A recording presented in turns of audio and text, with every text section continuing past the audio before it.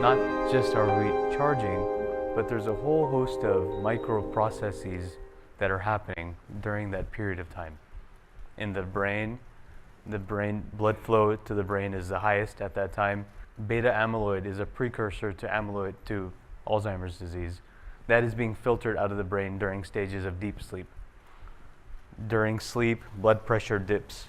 That's healthy for our cardiovascular system.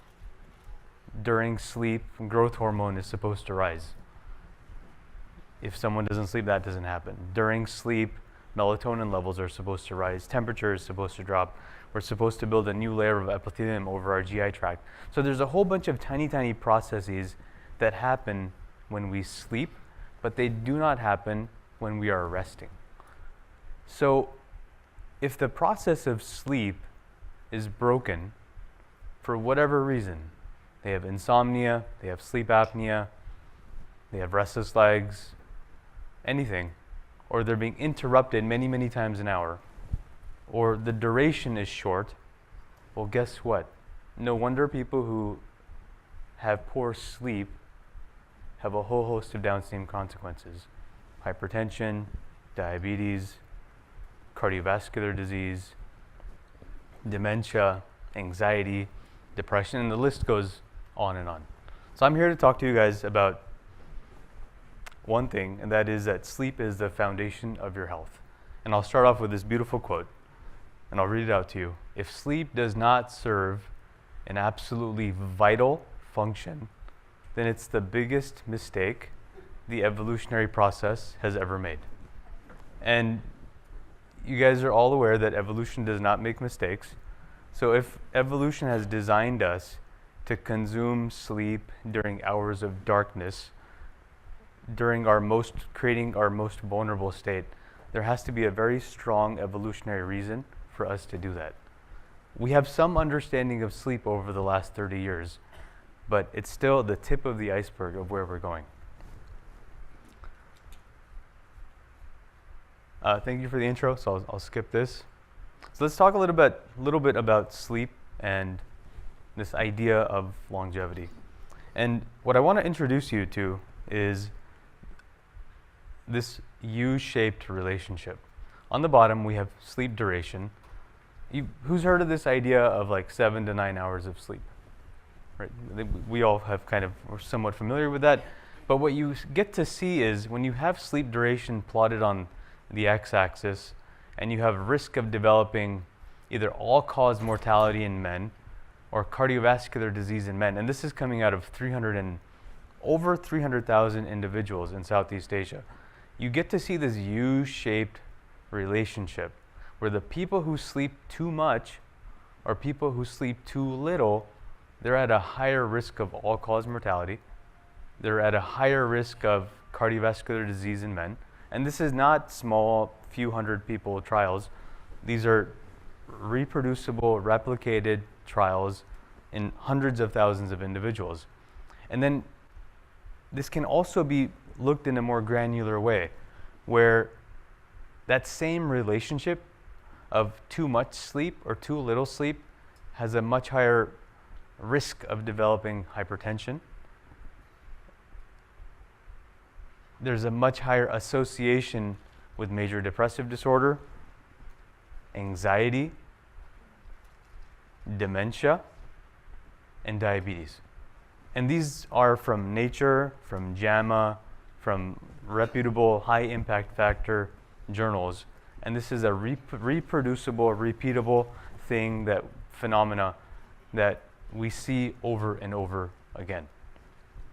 And what this essentially confirms over a decade's worth of research is too much or too little sleep is associated. In medicine, it's always hard to have a causal relationship. What causes what? But what we know for sure is if someone sleeps too much or they sleep too little, those individuals are associated with a much higher risk of developing all of these conditions that I talked to you about. And if we think about that, what starts to happen is you start to realize that sleep is really the foundation. We can do all sorts of unique gymnastics about longevity, but if our sleep is broken, then all of these things may not be as effective.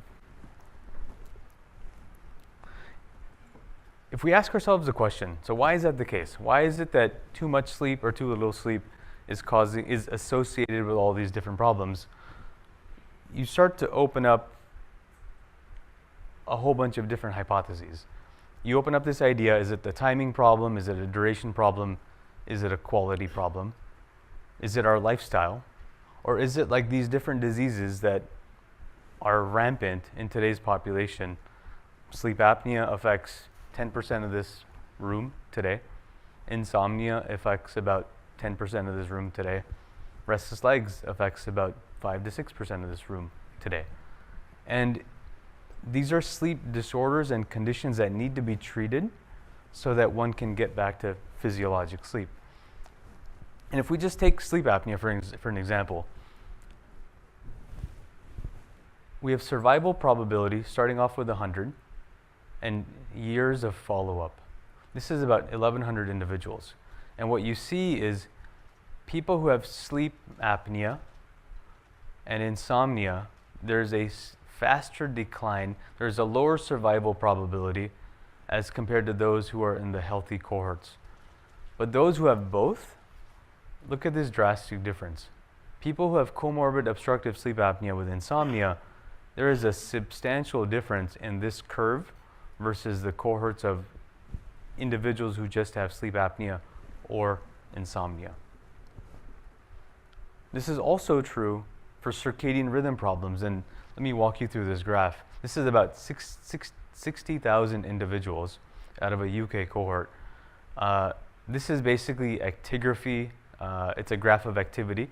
You have sleep timings on the bottom and days. So this is 1, 2, 3, 4, 5, maybe 7 days of data. So this is someone who has a consistent sleep schedule. This is someone who has an inconsistent sleep schedule and taking naps during the day. And now you have someone who has a completely wild sleep schedule. This is someone who has likely a circadian rhythm disorder. And we see this often, at least in the retired population, where they're sleeping all over a 24-hour period. And what you can see is individuals who had higher sleep regularity, the overall all-cause mortality is about 20 to 50% lower. Risk of cancer is 16 to 40% lower. And cardiometabolic mortality is also lower. So this idea of like, hey guys, go to bed on this time and wake up on this time, it's not like, it sounds really silly and it sounds really basic because we do this with our little kids. But if we look at the data, it becomes really compelling that having a consistent or an entrained circadian system is critical for our overall well-being. And this is also true for restless legs. People who have restlessness in their legs when they're trying to go to bed, about 7,300 individuals. And people who have restless legs, this graph here, versus people who don't, you can see that the probability of survival is lower with people who have a sleep disorder like RLS, and almost a 4 times higher likelihood of developing cardiovascular disease and strokes. And what happens in RLS is not just one has this urge to move their legs, but their brain wakes up many, many times an hour. And this sympathetic response happens hundreds of times during the night over many decades. And if sleep is designed to be a parasympathetic predominant state, and it's in a sympathetic drive the entire night over decades of time, you can start to imagine now why all of these disorders result in the consequences that they result in. You know, as a clinician, I always like to dabble into the details of things, and the question is always like, does the severity of a problem make a difference? And the short answer is yes. If we look at people who have symptoms of insomnia, again, looking at all-cause mortality, about 1,500 patients, people who have persistent insomnia are fundamentally different than people who have intermittent insomnia or who have never had symptoms of insomnia. So individuals who are on Ambien, Lunesta, clonazepam, trazodone, or using any over-the-counter Benadryl, doxepin, any kind of cocktail. If these conditions remain untreated, or we don't find out the root cause of those problems, the cumulative survival is substantially lower, and there's no question about this. The same thing is true for sleep apnea. People who have severe sleep apnea versus people who have mild sleep apnea, you can also start to see a distinct difference when you look at these people over a 30-year window. And the same thing is true for RLS.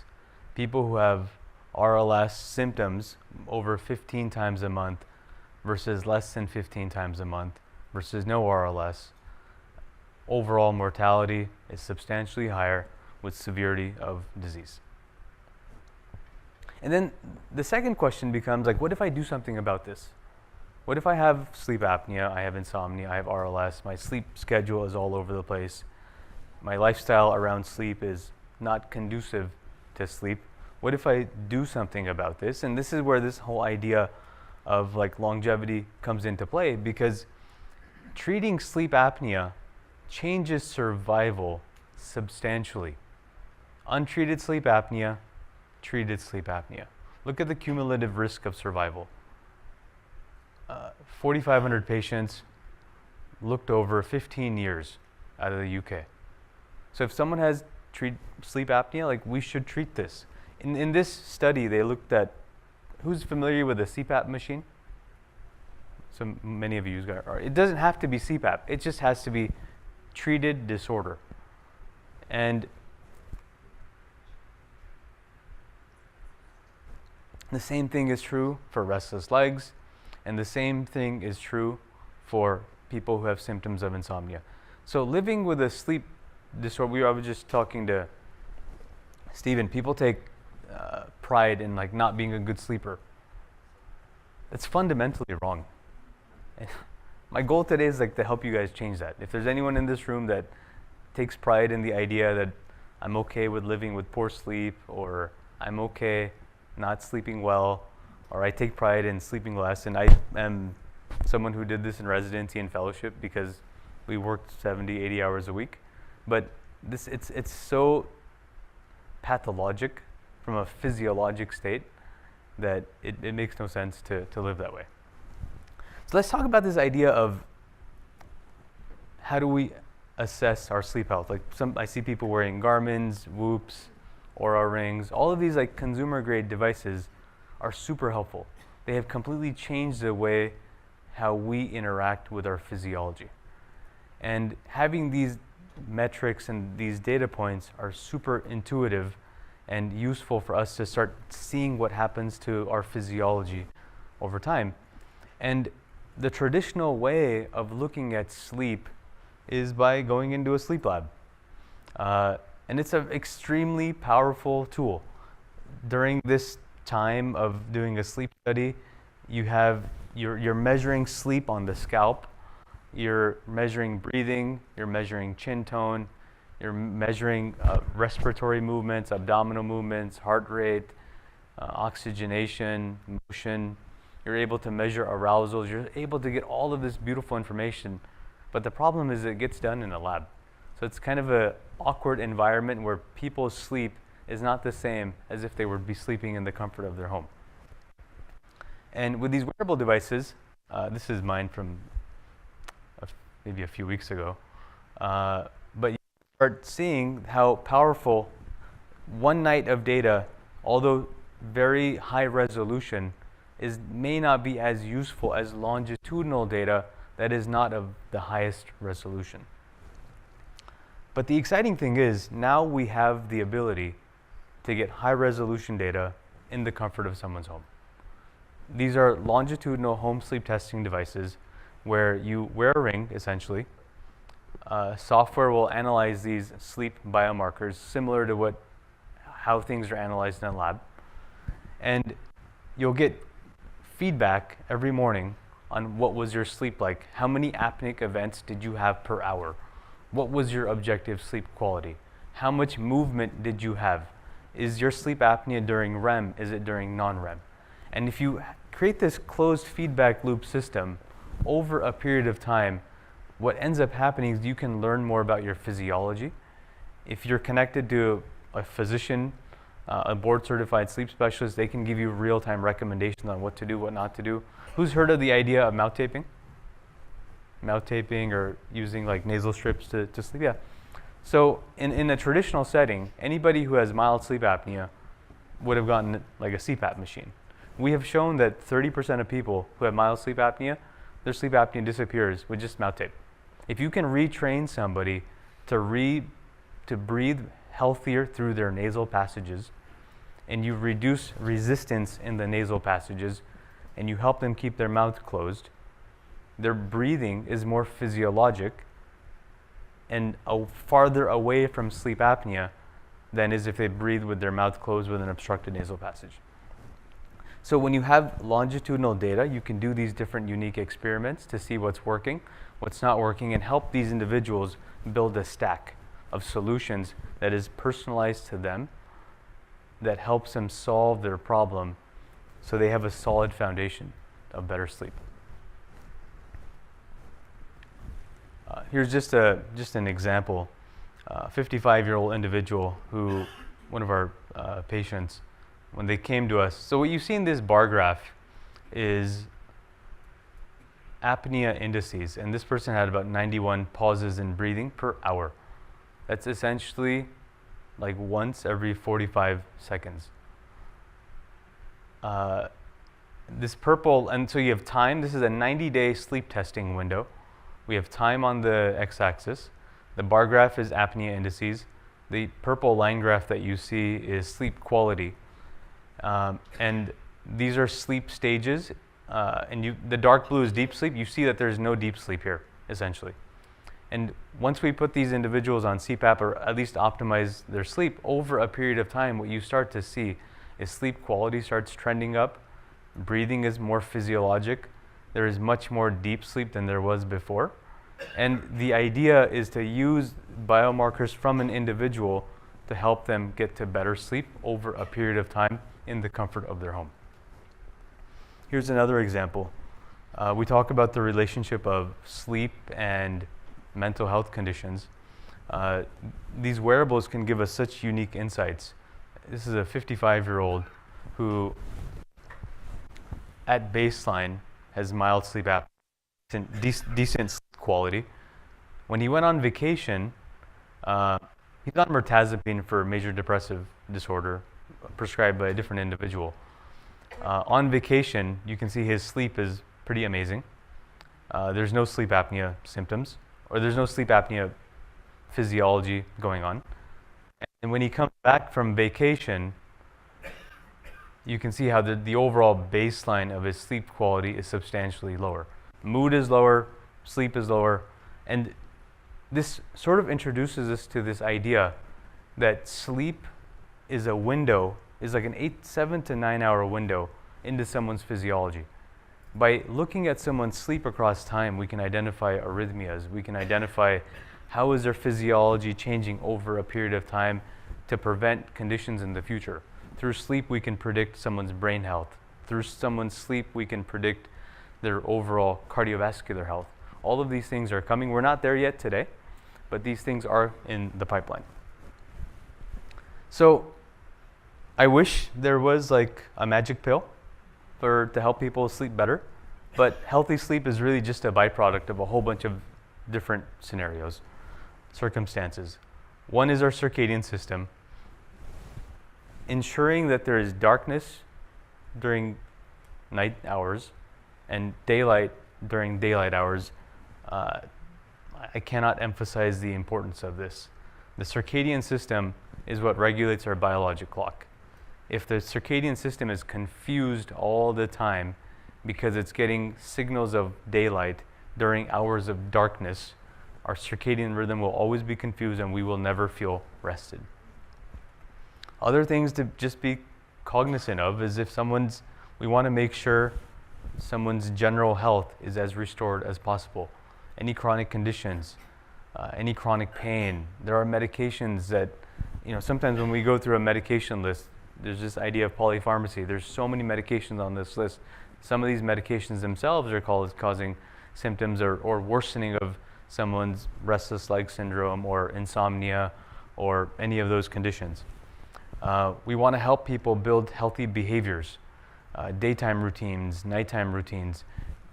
Just like we become intentional about our day, like we wake up, brush our teeth, take a shower, have a cup of coffee, whatever that routine is, there is some intention, some routine that we have. If we can just build a similar routine of the night, it changes the game. Give it 6 weeks. It's not something that we need to do. Usually it's just a whole bunch of stuff that we need to eliminate, because there's so much noise that's going on in the evening hours. These routines are so critical. Mental health, like we have a lot of case studies now of showing just the incorporation of a breathing exercise prior to bed changes the amount of deep sleep people have. Breathing modulates our parasympathetic nervous system. Parasympathetic nervous system is a driver of healthy sleep.